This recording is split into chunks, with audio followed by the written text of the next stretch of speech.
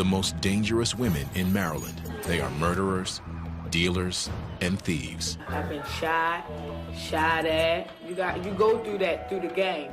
That's called a game. From career criminals to first-timers, all housed in one prison. I just didn't know what I was coming into. You're mixed in with all different people. For many, rage and violence are a way of life. You're going to look out for yourself because nobody else is going to. Mind your business. It's not that hard. We got into a heated argument and she choked me. Welcome to the world of Maryland's female convicts. Get out of my face.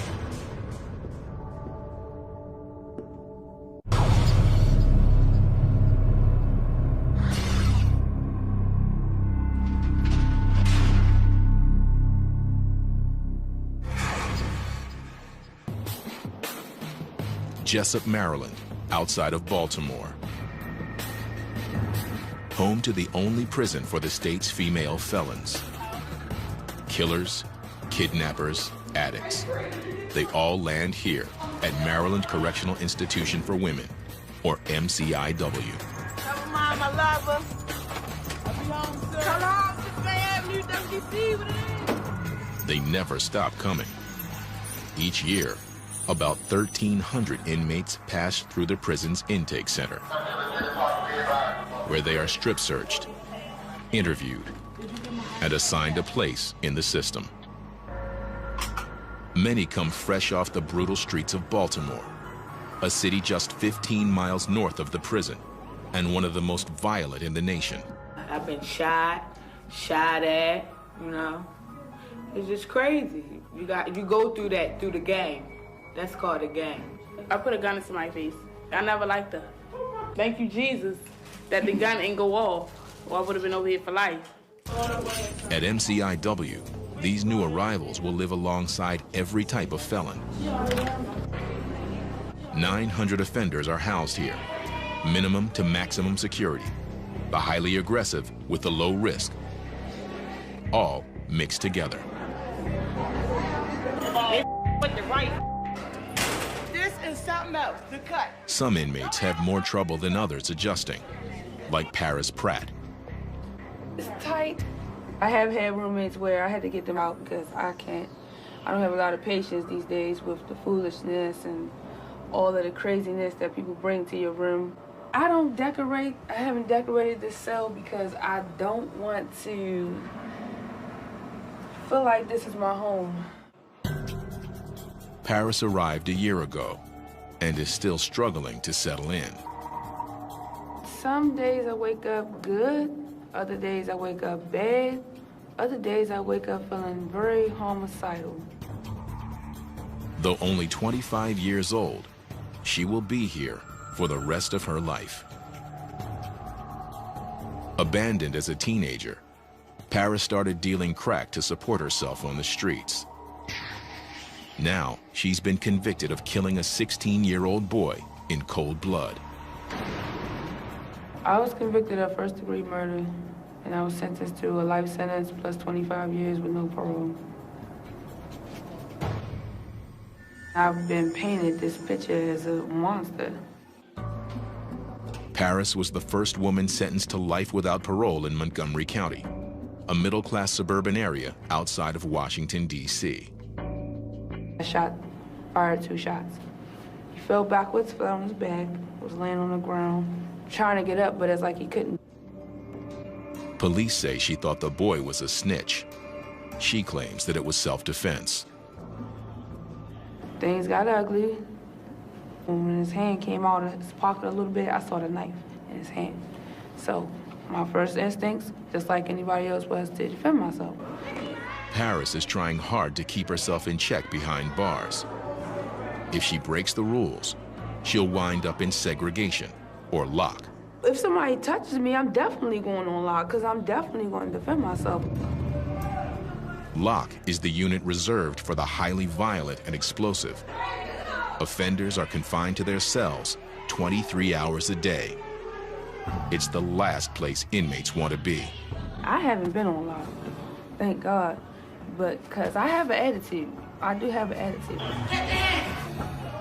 You're going to look out for yourself because you have to, because nobody else is going to. If I stay here and I let somebody stab me in here, I'm stabbed.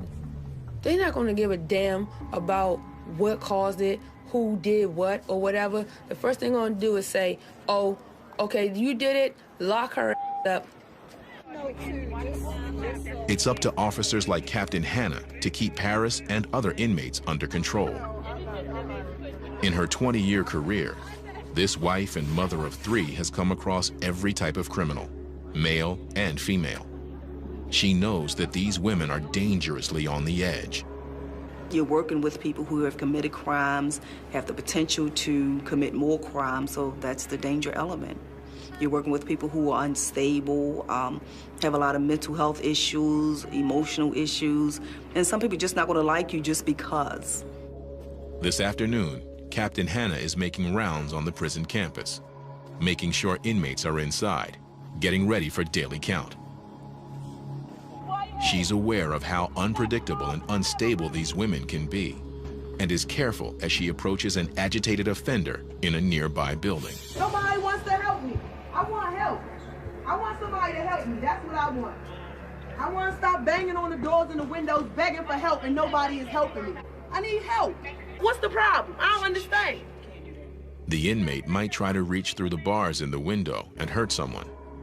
So Captain Hannah must calm her down. Quiet and try to appease me. It's easier to talk them down as long as you keep calm. Eventually they'll come down. But if you start screaming, hollering, getting excited with them, it's going to blow up proportion, and you won't be able to get control of the situation. There's always a possibility that I could be attacked. Some have tried in the past, so the threat is always there. I don't forget where I am. I remember where I am. I am in prison. Inside, inmates are locking down. They're free to be out of their cells for most of the day, but must be back for 2:30 afternoon count.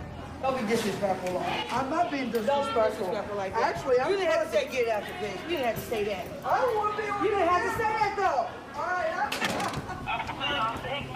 On a housing unit floor, one officer watches up to 112 inmates with only a radio for backup. They are unarmed so that weapons do not fall into the wrong hands. But that means control is crucial here. Building 192 is one of the prison's 4 main housing units. It's broken into 4 wings. One of them, D Wing, houses inmates who have serious anger and behavioral issues. Yeah.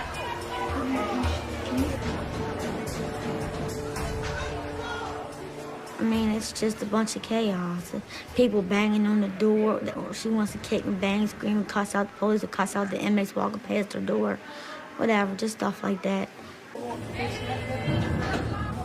Inmate Christy Seal has trouble getting along with others, so she lives alone in her 8x5 cell. I got anger issues real bad, and me dealing with my anger issues, I couldn't be somebody's roommate. Christy is serving a 5-year sentence for attempting to sell crack. This marks Christy's 3rd trip to the prison. An addiction to crack cocaine keeps bringing her back. I can't stop getting high. It's just, I guess it's a mind over matter thing. But Christy is determined to make this her last trip to MCIW. She hopes to earn her high school diploma while behind bars. She's also working hard to get out early. For the first time, a family is waiting for her on the outside. All my life, I've never had my mother. Now I'm 33 years old, and now my mother's decided at 51 years old, she wants to decide to be a mother to me. She's decided she don't want the drugs. She wants a life with being around me and my sister. Christy hopes if she behaves herself, she can make parole and leave prison in 2 years instead of 5. To do that, she can't go off on inmates in the prison's general population. If I can't deal with people in population, how am I going to deal with people in society? To help keep calm, she turns to her inmate girlfriend. But that means breaking the rules. She's like my soulmate. I mean, we're so much alike, but we're so different, too. And it's like, we just belong together. The prison doesn't allow for relationships since they often lead to conflict. And the last thing Christy needs is any more trouble.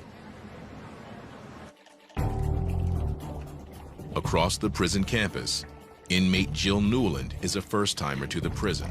Hers is not a typical criminal background, and this place makes her anxious. I just didn't know what I was coming into. It was the unknown. It was really scary. You are mixed in with lifers. You're mixed in with all different people.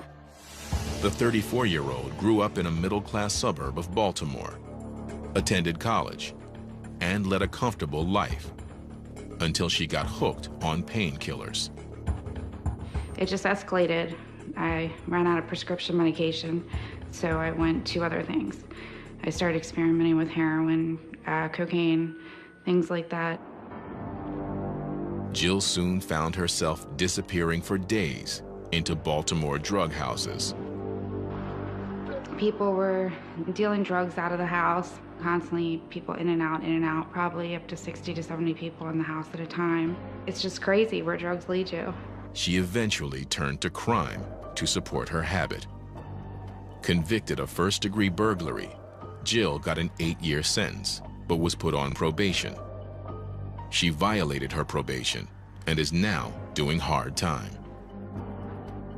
Prison is tough enough for first-timers, but for Jill, it's proving even harder. She was 3 months pregnant when coming to prison, but then found out she is having twins when she arrived. I didn't know I was having twins till I got down here. So it was a joyful occasion, then it was sad. The girl we're gonna name Savannah Hope, and the boy is gonna be Jacob. Jill already has a 3-year-old daughter and a 1-year-old son, both of whom live with her husband. My two at home, I don't really talk about that much. It's like a sore subject because I sit there and it's hard to deal with. You know, one day I was there, next day I'm gone. I really wasn't being a good mom because a good mom doesn't get high. In this prison, pregnant inmates are treated like everyone else. I thought like they'd have a whole little pregnancy area and like, you know, just I thought it'd be different. Not really mixed in with general population. I was nervous about that at first because I was thinking if there was a fight, you know, it's very easy for me to, you know, get bumped into. Anything could happen, and yeah, that scared me.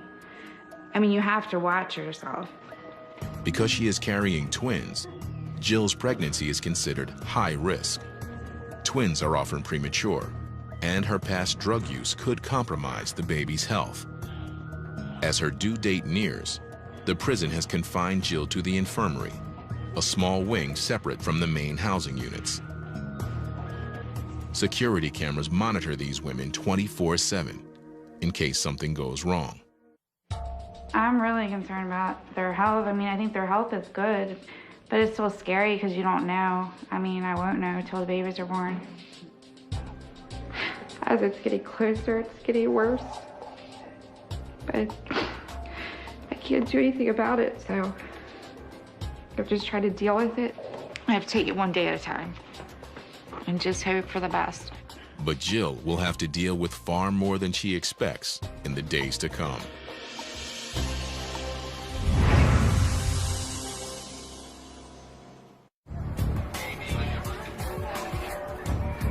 MCIW, the only women's state prison in Maryland.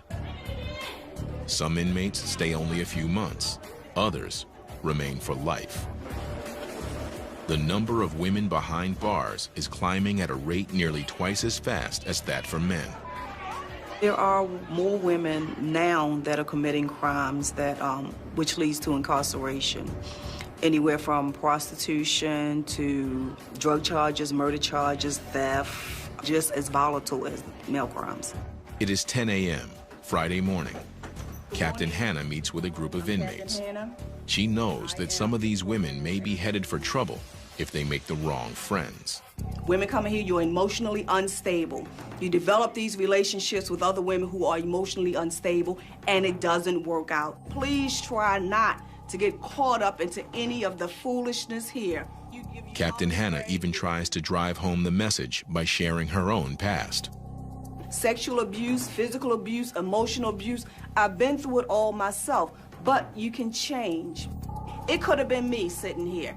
I've been through abusive relationships. I have thought about doing some things to my ex-husband that probably would have winded me in here. Change is crucial if these women are ever going to make it in the free world. People down us because we're prostitutes and drug addicts. A lot of society does. They think we can't change. I don't want to go back out there and use, but I know once I hit the streets, I know what I'm capable of doing. I need that treatment in my life. I need that help. I need that extra push. MCIW tries to prepare them for life beyond the walls with intense drug rehab, high school and college courses, and critical job training. I believe that everybody should be punished for the crime they committed, but we try our best to prepare them to re-enter society and not make the same mistakes that they have made to get here in the first place. And the programs seem to be working. The inmates who participate cut their chances of reoffending by almost half.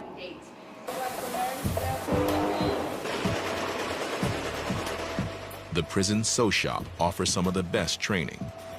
The women learn marketable skills, and daily pay here goes up to $3.50.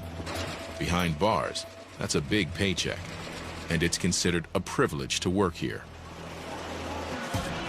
Lifer and convicted murderer Paris Pratt is one of 85 women who have landed a job here, making uniforms and flags for the state. The work keeps Paris busy and keeps her mind off being locked up. But the distraction only goes so far. It's like I'm really going through something within myself. Wake up, you're around the same people, doing the same dumb stuff. You work, you slave for a little bit of money, eat the same stuff that's disgusting. It's like really you had nothing to look forward to. Etta Myers also helps Paris get through the days. The two women work together in the sew shop. Etta is a fellow lifer and one of the few inmates she trusts. Etta has been here for 32 years.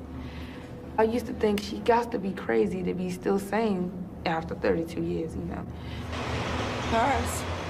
But I guess as time goes along and I learn how to cope with things and deal with things differently, maybe I can be like her one day. Etta was convicted of killing a man during an attempted robbery in his home. I got locked up in 1977 for murder in the first degree with a handgun. Before I came to jail, I was married. I was a drug addict. Like Paris, she came to the prison in her early 20s, and at first, didn't think she would make it. There was nobody that I could trust in jail, so it was easier for me to stay by myself than to mingle with somebody who I didn't know anything about. I was very uneducated, very fragile, very empty inside, very frightened, very, very afraid.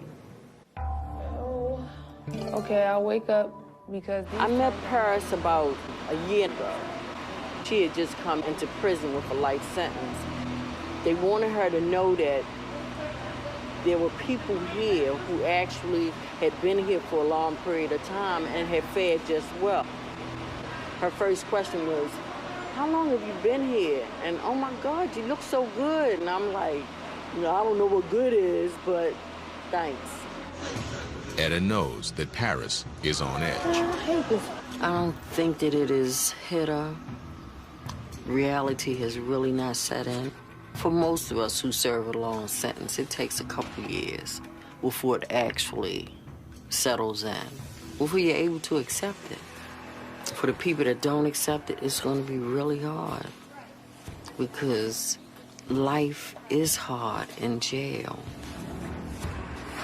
They can get caught up in the madness and the negativity, and that'll only allow them to go to mental health and on lock. Etta hopes Paris can handle life behind bars without succumbing to madness or violence. She watches Paris closely, especially in the prison sew shop, where the edgy young inmate handles sharp tools She doesn't want to see Paris or anyone else get hurt.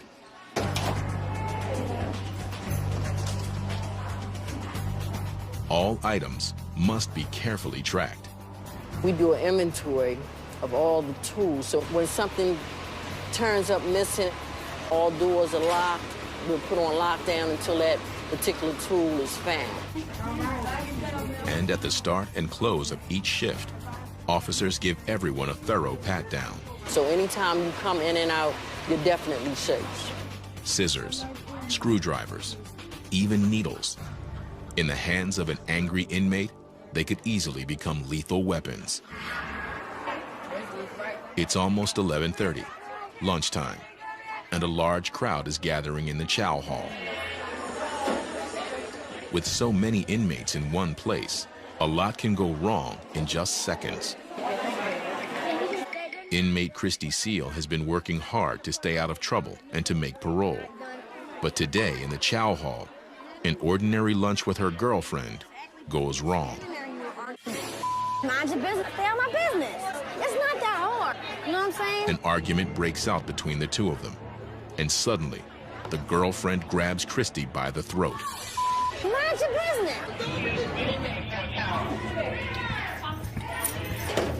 Officers quickly stop the fight, and both women are taken into segregation immediately. I'm just trying to tell you, you shouldn't have to lock me up. I didn't do nothing. I didn't put my hands on nobody. So why they got handcuffs when nobody's trying to explain nothing to me? Now, Christy is in seg, despite her efforts to keep her record clean. And she fears that her chances of making parole and reuniting with her family are slipping away fast.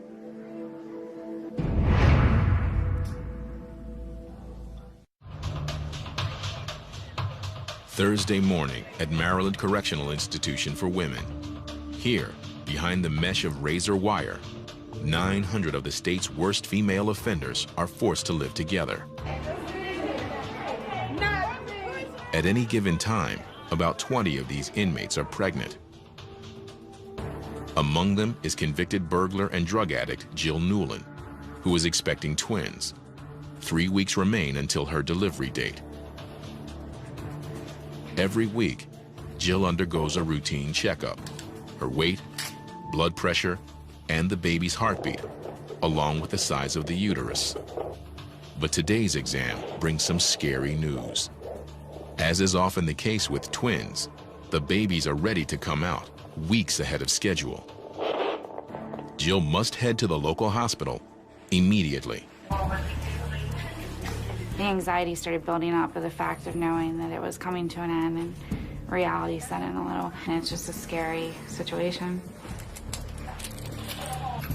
But even now, security cannot be compromised. 2 officers are required to transport her, and she must wait for clearance at all checkpoints. Pregnant or not, she's still treated as a dangerous felon. I'm embarrassed and I'm upset that I put myself in the situation to have to go there pregnant and handcuffed.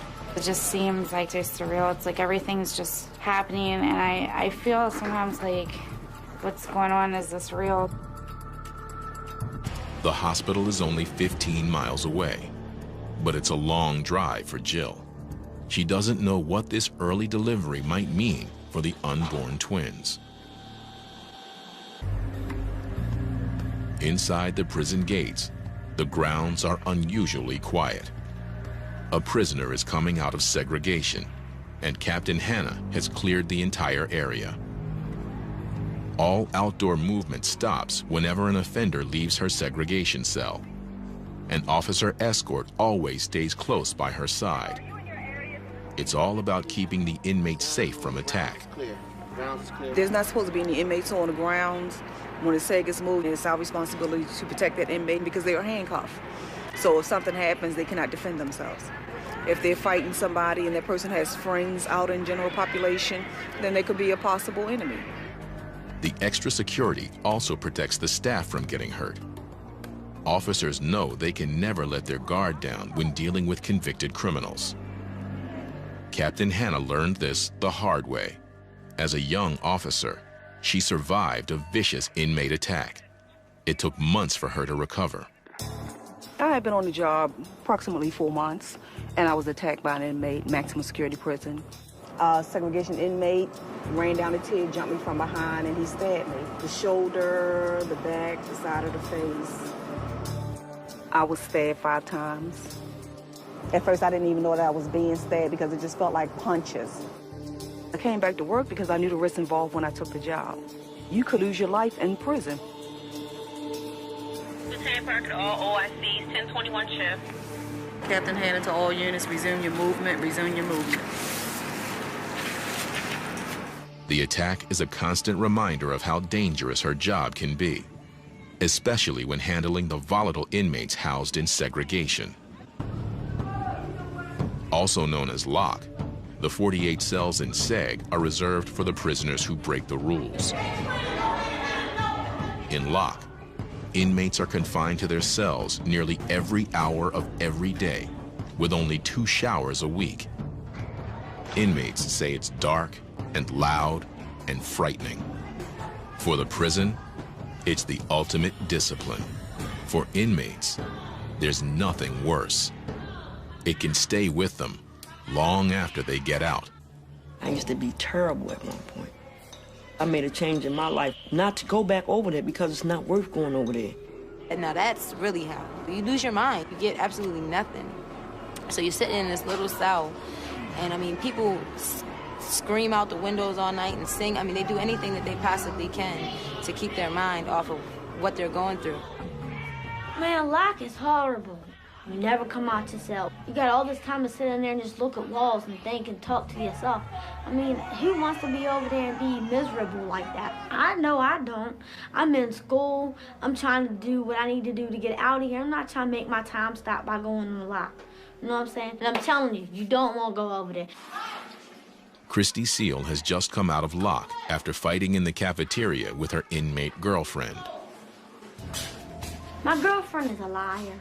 I'm finding out a lot of things that she's doing, being sneaky, being phony with stuff. I found out she was telling somebody that I need her.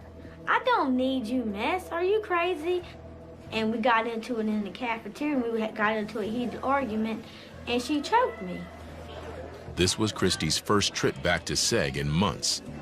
Luckily, she was cleared of all charges this time. The prison ruled the instigator was Christy's girlfriend, who remains in lock.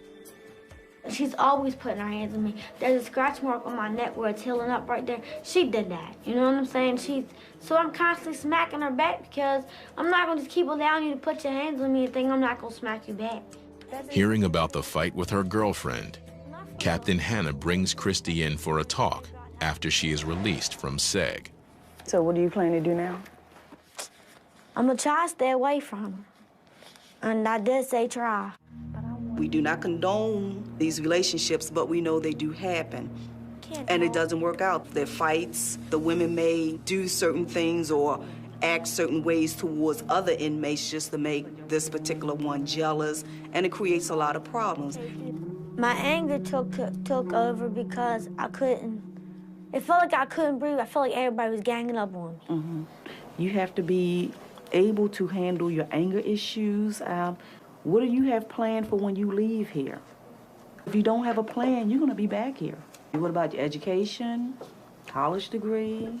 Do you have your high school diploma? I can't get it. Well, why? Because I ain't smart enough yet. Yes, you are. Don't say that. I mean, I waited till I was an old lady before I got my bachelor's degree, but I did it. Issues come about. Hanna reminds Christy that she needs to stay focused on getting out and staying out of prison. That I want you to focus on. You're going to be okay. I just want you to focus on you. Yeah. You getting better. You healing emotionally. Because when you leave, and you will be leaving, I want you to stay gone. I do too. Yeah, because I'm tired of seeing you in here. I'm tired of seeing myself in here. I'm tired of seeing myself in here. Christy is going to work hard to avoid any more trouble. But while Christy is now out of SEG, 25-year-old murderer Paris Pratt has landed there for the very first time. She's been accused of spitting on another inmate, which is a serious offense here. Major Carrington is a 21-year veteran of MCIW. She leads the team that is investigating the case. Spitting on somebody is considered assault because that's another person's body fluid being put on somebody. Spitting, throwing urine, throwing feces, that's considered assault. It started innocently, with Paris and a friend horsing around. But then it got out of hand. Because the case involves assault, both inmates will stay on lock until officers sort out the truth. Paris says she was unjustly accused. Nobody even cares enough to actually look into something and find the truth in it. And I think it's unfortunate that I have to sit in here and do all of this time and go through all of this and be miserable in here. Paris has never been in segregation before, and it sometimes makes inmates more unstable and more violent. Something's gonna have to give because I just can't live like this.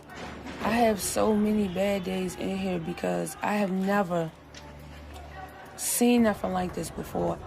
This is really hard for me to really cope in this place. If found guilty, Paris could be in lock for weeks. And for a lifer already on edge, it could prove too much to handle.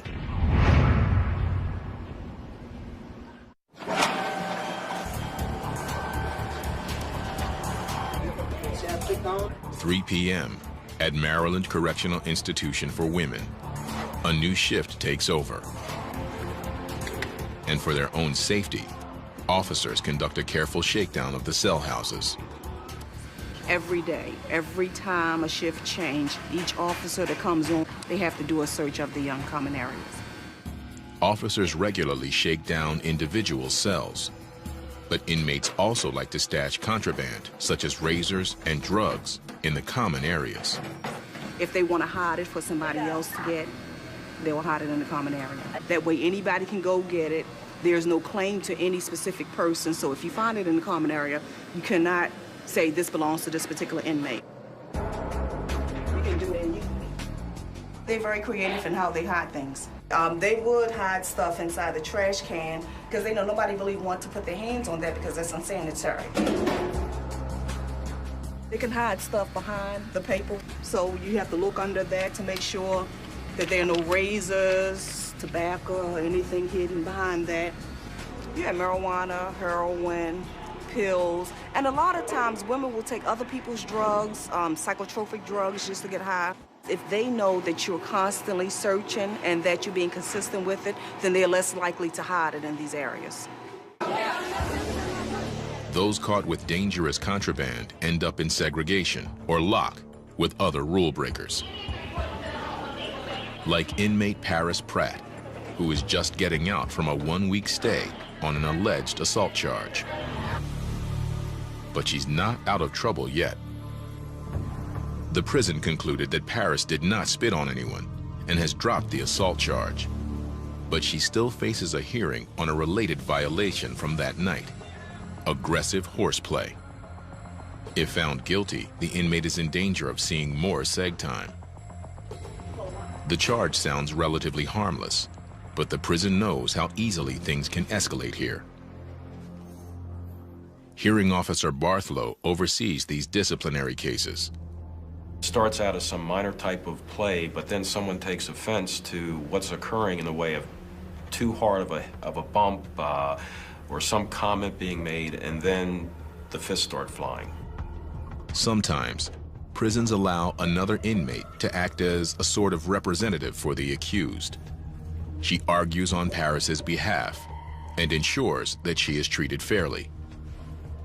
During these sessions, the inmates must be heavily restrained. We've had incidences in the past where inmates have not been shackled, where either the hearing officer or the officer assigned to the hearing was injured, with someone becoming upset and becoming physical as a result of the decisions that are made. Hearing Officer Barthlow reads the report from that night. At approximately 6:40 p.m., while observing inmates returning from dinner, I observed inmate Paris Pratt, 923-505, and Crystal pulling each other's shirt and chasing each other recklessly. I ordered them to stop horseplaying and ordered them to go into the building. This is not a violent act. It's not a... The inmate representative defends Paris, claiming she played no real part in the incident. So in this case, Ms. Pratt actually did not do anything. They were coming from dinner. She was on her way into the building. She did not, was not reckless in any manner. But this isn't the first time Paris has been in trouble. She's had 3 similar violations in the past, and given her record, Hearing Officer Barthlow is not convinced. Ms. Pratt, after weighing what your representative has presented here through her arguments, what the institution has presented through its evidence, I will find you guilty of the violation of 501. You're obviously having some problems with the rules and your adjustment here. If you don't work with the system, then the system, there are consequences to pay. And if you are found guilty of another violation within the next 3 months, it's mandatory that the hearing officer must impose segregation. That's disciplinary segregation. All right? Paris is lucky, but now walks a very thin line. If she breaks a rule again, Paris returns to lock immediately. Should I be happy? I don't have nothing to say right now.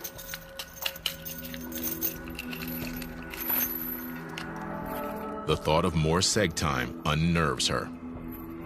I can't live in there. So I can't function positively. It's like a big cage, and it's traumatizing.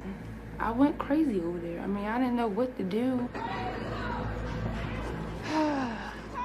You're in a cell, all these cages, like you're an animal, yelling, screaming. It was just crazy. Back in the sew shop, Paris tries to return to her routine and focus on work, but she can't shake off her anger over the day's events. I'm frustrated.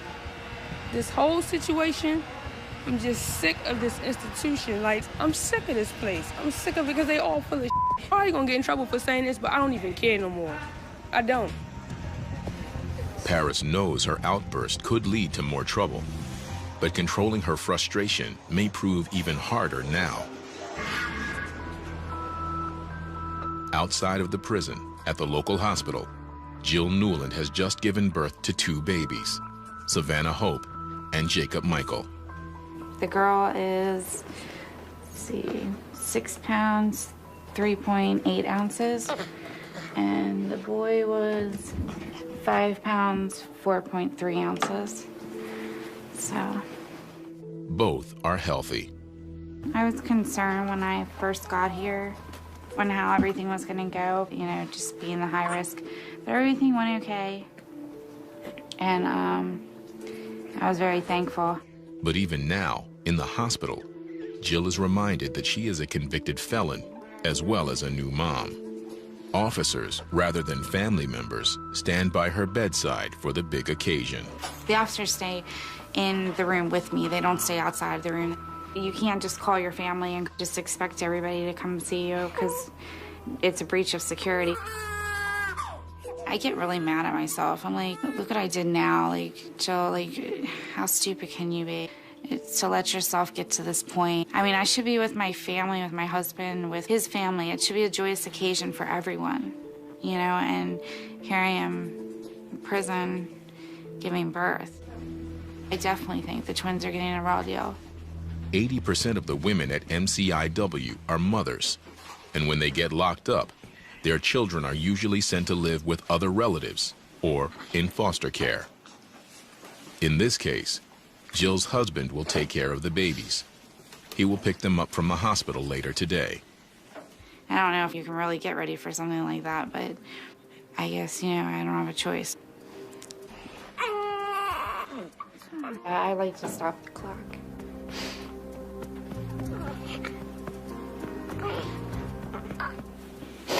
Sorry.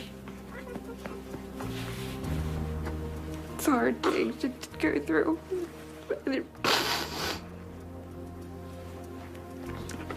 I didn't realize it was going to be this hard.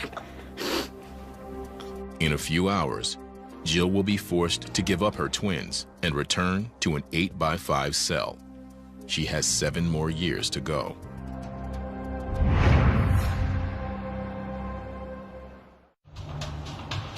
Friday afternoon at Maryland Correctional Institution for Women. Inmate Christy Seal can't manage to stay out of trouble. This time it wasn't her girlfriend. It was a run-in with the prison therapist.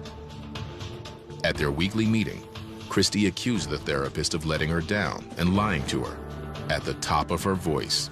I'm not going to just accept them to talk to me any old kind of way. And I already have an anger issue. She already knows that. And then she just aggravated me to the point where I blew up in her office. They know that I don't put up with they bull. Christy knows she may have hurt her chances of getting out early and reuniting with her mother and family. I've been doing so good, and I don't want to lose my winning streak of doing the right thing and making me feel like I'm a loser again. I'm trying to better myself. It's just time for me to do something different with myself. So you coming to the sessions tonight? I used to never cared, and now I care because I have a family to go home to. I got a family that's waiting for me. That's something I ain't never had. I can't mess up for them. I'm trying to go home to be with them. Captain Hannah sees inmates like Christy all the time who need real guidance to turn their lives around. Sometimes it takes a couple of times just to get it right. It takes a couple of times just to realize this is not a joke. I need to get my life in order. You do what you can to help them out. Inmate and new mother Jill Newland is back in her cell. Her newborn twins are gone, taken home by her husband. The baby just talks to me on the phone all day, you know, and then I want to talk to the babies 100 times a day, and they can't talk back.